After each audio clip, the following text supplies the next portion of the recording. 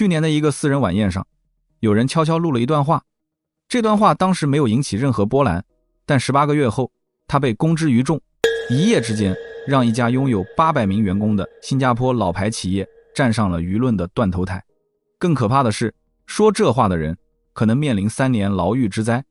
而今天我要告诉你，在新加坡，种族歧视到底有多贵，贵到你可能倾家荡产，贵到你可能失去自由。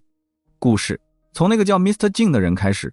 2026年7月30日，一个网民在社交媒体上发布了一段视频，视频声称丰臣家族成员 Mr. Jing 在去年2月7日的一场私人晚宴上，公然说出了一句令人震惊的话：本地印度族群属于中低阶层，而外籍印度族群则属于高级阶层。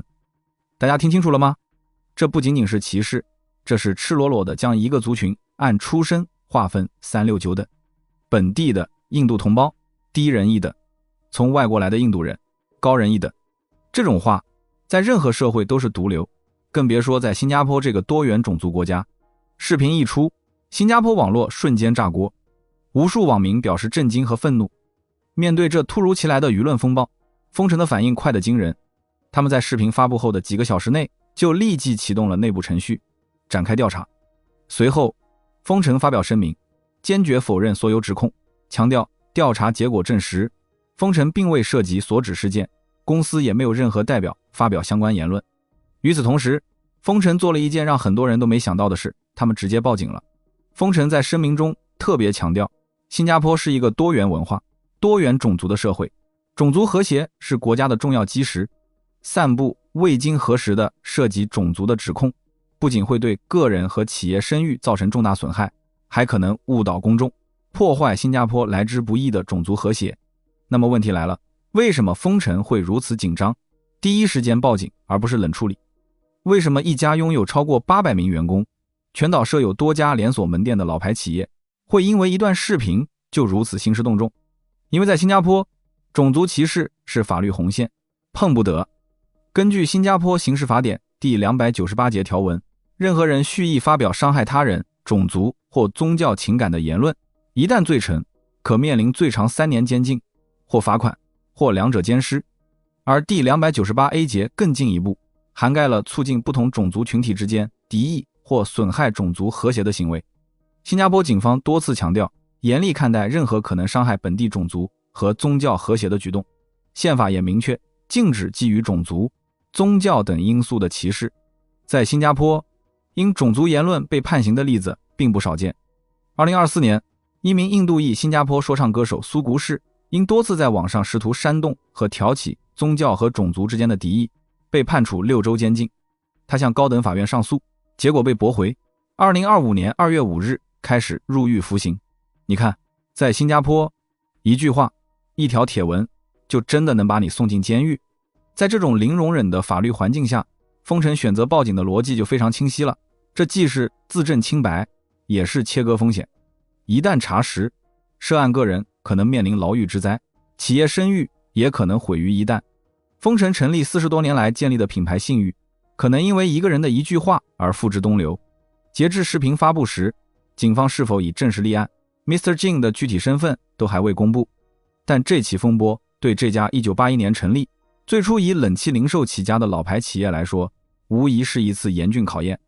讲完新加坡，我们再把目光转向另一个地方，印度。说来也巧，就在丰臣事件发酵的同时，印度机场也爆出一起涉及歧视的事件。泰国曼谷苏万纳普机场又爆出一桩针对华人游客的种族歧视风波。7月29日晚，20多名中国乘客手持有效机票，已完成值机和安检，却在登机口被太行工作人员要求退出廊桥，护照被暂扣，机票被宣布作废，全程只讲泰文，拒绝任何沟通。有乘客要求联系中国驻泰国大使馆，被直接无视。有人试图用手机取证，被强行拍打。更羞辱人的是，一名机场安保人员当众对坐在地上的中国乘客做出了拉眼角的歧视性手势。视频传开后，泰航拒绝20多名中国乘客登机，迅速冲上热搜。事后，泰国机场方面解释称，这群乘客是一群追星粉丝，此前尾随艺人闯入贵宾休息室，拒绝配合查验，试图硬闯登机廊桥，严重扰乱秩序。因此航司决定拒载。机场同时承认涉事安保人员言行不当，已予以惩处并道歉。但随后泰国旅游部长的发言却让事态进一步恶化。他在回应此事时公开表示，泰国欢迎尊重法律的游客，但不欢迎那些给他人造成损害、干扰他人的人，并强调游客花钱可以买到商品和服务，但买不到凌驾于泰国人之上的特权。这番话等于将受害乘客的正常维权偷换成了外国人拿钱压人。大批中国网友随即宣布暂不去泰国，数十个粉丝站永久关闭。涉事安保被拍到公然侮辱华人，机场事后以纪律处分草草了事，仅道歉了之。更离谱的是，泰国旅游部长非但不先追责，反而公开教育游客花钱买不到特权，把受害者的正常维权污名化为要特权。从安保到部长，从拒载到歧视手势，整件事的官方回应就是一道道歉加处分的轻拿轻放，没有任何刑事调查的迹象。再看新加坡，丰臣家族成员被指控在私人晚宴上说了一句本地印度人低等，外籍印度人高等。注意，这只是指控，警方尚未证实。但丰臣做了什么？几小时内启动内部调查，坚决否认并直接报警，主动将事件交给执法部门。新加坡警方随即强调，严厉看待任何伤害种族和谐的举动。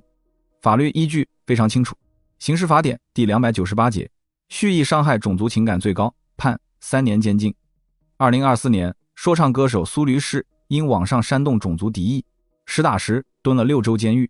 2025年刚通过的维持种族和谐法案又在加码。在新加坡，种族歧视不是服务态度问题，是刑事犯罪。泰国把种族歧视当服务纠纷，道歉、处分，翻篇。新加坡把种族歧视当犯罪行为，报警、调查、坐牢。泰国官方第一反应是教育受害者别要特权，新加坡官方第一反应是把案件交给法律。泰国社会对歧视手势的容忍度，在部长那句花钱买不到特权里暴露无遗。新加坡社会对种族言论的零容忍，写在宪法、刑法和每一次执法行动里。这就是为什么新加坡能蝉联亚太法律与秩序指数第一，因为法律不是摆设，而是一把真能砍下去的刀。在新加坡，敢对任何族群做拉眼角手势的人，等他的不是一封道歉信，而是刑事传票和铁窗。新加坡也许不是完美的，但至少在种族歧视这件事上，它让每个人都清楚，说错一句话，你真的可能失去自由。所以这件事真正值得讨论的，不是哪一家公司的公关输赢，也不只是某个网络风波有多大，它让我们看到的是，新加坡一直在用同一套逻辑处理种族议题。法律边界、社会信任、企业生存其实是绑在一起的。你可以觉得这条线很严，但很难否认，它保护的正是这个社会最脆弱也最重要的部分。对家长来说，是孩子在学校会不会在一个安全环境里长大；对上班族来说，是公司内部一句失言会不会变成所有人一起买单；对每个居民来说，是我们还能不能放心的和不同背景的人长期共处。如果你喜欢这种理性拆解法律争议的方式，欢迎订阅频道，也欢迎你在评论区告诉我，你觉得新加坡对种族言论的法律边界是应该更严，维持现状，还是需要更清楚的公开解释？后面我也可以继续拆相关判例和警方处理流程。